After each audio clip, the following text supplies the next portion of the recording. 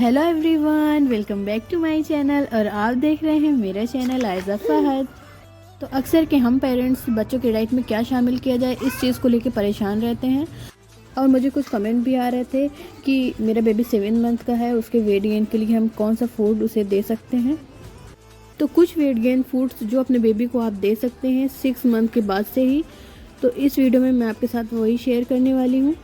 और वीडियो के लास्ट में मैं आपको कुछ इंपॉर्टेंट टिप्स भी देने वाली हूँ कि जब भी आप अपने बच्चे को सॉलिड देना स्टार्ट करें तो इन चीज़ों को ज़रूर फॉलो करें, ताकि इससे बच्चे को कोई एलर्जी के चांसेस ना हो और बच्चा खाना अच्छे से डाइजेस्ट कर पाए और बच्चा खाने में भी इंटरेस्टेड हो। तो चलिए वीडियो को शुरू करते हैं। लेकिन उससे पहले अगर आप मेरे चैनल पर नए हैं तो प्लीज़ मेरे चैनल को सब्सक्राइब ज़रूर करें। अगर मेरी वीडियो आपके लिए थोड़ी सी भी हेल्पफुल रहे तो एक लाइक ज़रूर करें। तो सबसे पहले मैं एक चीज़ आपको क्लियर कर दूं कि जब भी आपका बेबी उठे, चाहे 7 बजे, 8 बजे, 9 बजे, तो डायरेक्टली उठते साथ वो सॉलिड फूड नहीं खाएगा। तो सबसे पहले आपने उसे फीड कराना है और फिर थोड़ी देर के बाद आप अपने बेबी को ब्रेकफास्ट भी करा सकते हैं। और ब्रेकफास्ट में वेजिटेबल्स की प्यूरी, फ्रूट्स की प्यूरी ही आप बच्चे को देना प्रेफर करें।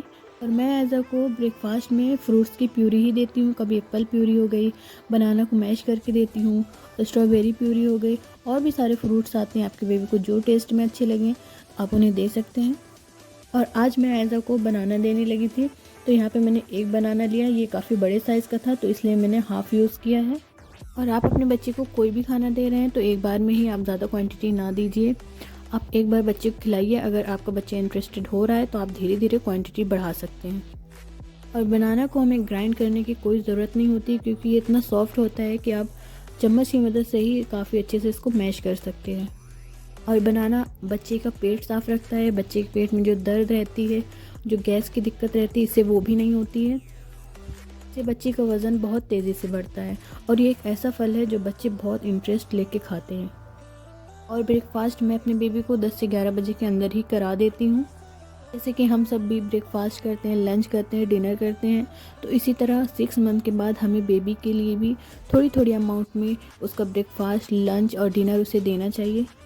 और इसका सबसे पहला फ़ायदा तो यही है कि बच्चा अपने फूड टाइम को पहचानता है और इन्जॉय करता है। और अगर आप डायरेक्टली 1 से 1.5 साल में बच्चे को सॉलिड इंट्रोड्यूस कराएंगे तो वो इतना इंटरेस्टेड नहीं होगा।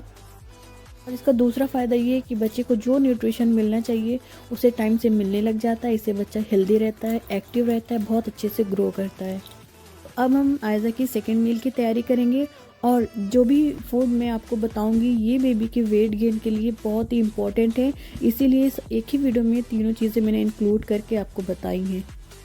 तो उसके लिए हमने यहाँ पे ओट्स लिया है और एक बनाना लिया है, लेकिन हम हाफ़ ही यूज़ करेंगे। और ओट्स बच्चे की ग्रोथ के लिए काफ़ी अच्छा माना जाता है। इसमें बहुत सारी ऐसी कैलोरीज होती हैं जो बच्चे का विकास काफ़ी तेज़ी से करती हैं और इससे बच्चे की बॉडी में बहुत ज़्यादा एनर्जी आती है। और बनाना तो आप जानते हैं कि इससे बच्चे का पेट साफ़ रहता है, बच्चे को गैस नहीं बनती है और वेट गेन में भी काफ़ी ज़्यादा हेल्पफुल है। तो यहाँ पे मैं हाफ बनाना को अच्छे से कट कर लूँगी। अगर आपका बेबी 1 ईयर का है तो आप पूरा यूज़ कर सकते हैं। तो ओट्स को हमने ड्राई रोस्ट कर लिया है। वो क्लिप मैंने शूट करी है लेकिन वो गलती से मुझसे डिलीट हो गई, उसके लिए सॉरी। और यहाँ पे मैंने उसे 3 से 4 मिनट अच्छे से मीडियम फ्लेम पे ड्राई रोस्ट कर लिया है। अब हम किसी मिक्सी के जार में इसे अच्छे से ग्राइंड कर लेंगे और एक फाइन सा पाउडर बिल्कुल तैयार हो जाएगा। तो ये बनाने के लिए बिल्कुल रेडी है। तो हम इसे किसी एयर टाइट कंटेनर में रख लेंगे और इससे हमें काफ़ी ज़्यादा आसानी हो जाती है नेक्स्ट टाइम के लिए कि हमें आना है और फटाफट से 2 से 3 मिनट में ये रेसिपी बिल्कुल बन के तैयार हो जाती है। तो इसको बनाना भी बिल्कुल आसान है। हमें एक पैन ले लेना है। यहाँ पे मैंने 1 कप पानी ले लिया है। मैं थोड़े अमाउंट में बना रही हूँ इसलिए मैंने 1 कप बोला है। और अगर आप ज़्यादा बना रहे हैं तो आप पानी की क्वांटिटी बढ़ा सकते हैं। तो यहाँ पे मैंने 2 टेबल स्पून पाउडर ऐड कर दिया है, उसको अच्छे से मिक्स कर दिया है और बनाना भी मैंने साथ में ही ऐड कर दिया है। और गैस का फ्लेम हमें मीडियम रखना है और 1 से 2 मिनट में ही आप देखेंगे कि बनाना बिल्कुल सॉफ्ट हो जाएगा और ओट्स थोड़ा थिक हो जाएगा। तो इसको हमें स्पून की मदद से अच्छे से मैश कर लेना है। और ये बनाना क्योंकि काफ़ी ज़्यादा सॉफ्ट होता है तो एक स्मूथ सी प्यूरी रेडी हो जाएगी।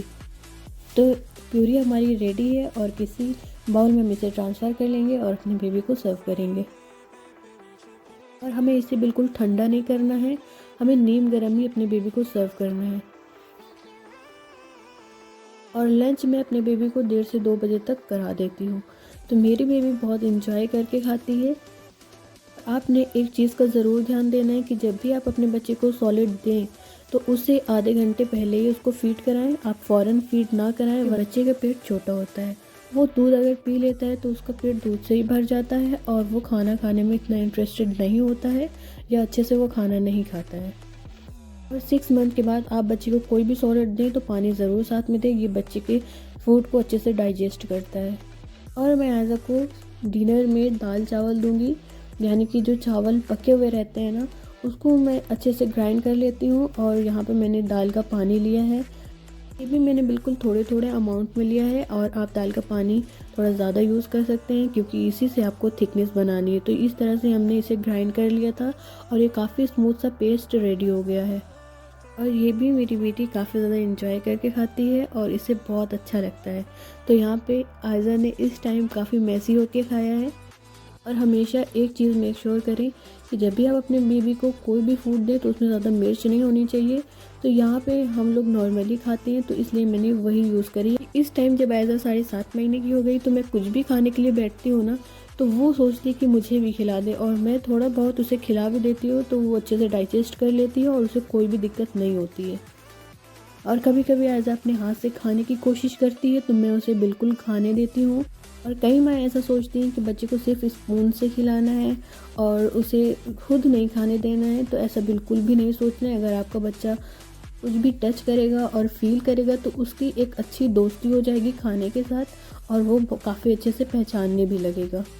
तो यहाँ पे आयज़ा का बहुत मन था तो मैंने उसको ऐसे ही छोड़ दिया और उसे खेलने दिया। जब भी खाना खिलाती हूँ तो लास्ट में आयज़ा यही चाहती है और मैं उसे दे देती हूँ और खेलने देती हूँ। और अब मैं आपको कुछ ऐसी चीज़ें बताती हूँ जो आपको बच्चे को सॉलिड देते वक्त अपने जहन में ज़रूर रखनी है। और जब आप बच्चे को कोई नई चीज़ दे रहे हैं तो सिर्फ एक दिन में वही चीज़ दीजिए और आप देखिए कि इससे बच्चे को कोई एलर्जी तो नहीं हो रही है, बच्चा अच्छे से डाइजेस्ट कर पा रहा है या नहीं कर पा रहा है। फिर उसके बाद ही आप अपने बच्चे का फूड चेंज करिए।